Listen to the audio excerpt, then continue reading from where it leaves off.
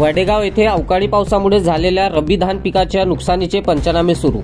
अवकाळी पावसामुळे झालेल्या रब्बी धान पीक नुकसानीचे तिरोडा तालुक्यातील ग्राम वडेगाव येथे पंचनाम्याला मागील 3 दिवसांपासून सुरुवात झाली असून दिनांक 14 मेला वडेगाव येथील शेतकरी गुलाबजी पटले यांच्या शेतात पाहणी केली असता 100% नुकसान झाल्याचे निदर्शनास आले।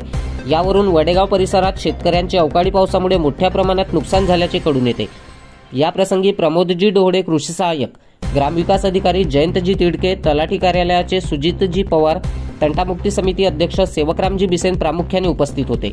याबाबत सविस्तर माहिती बिहारीलालजी राहंगडाले राहणार वडेगाव यांनी कळविली।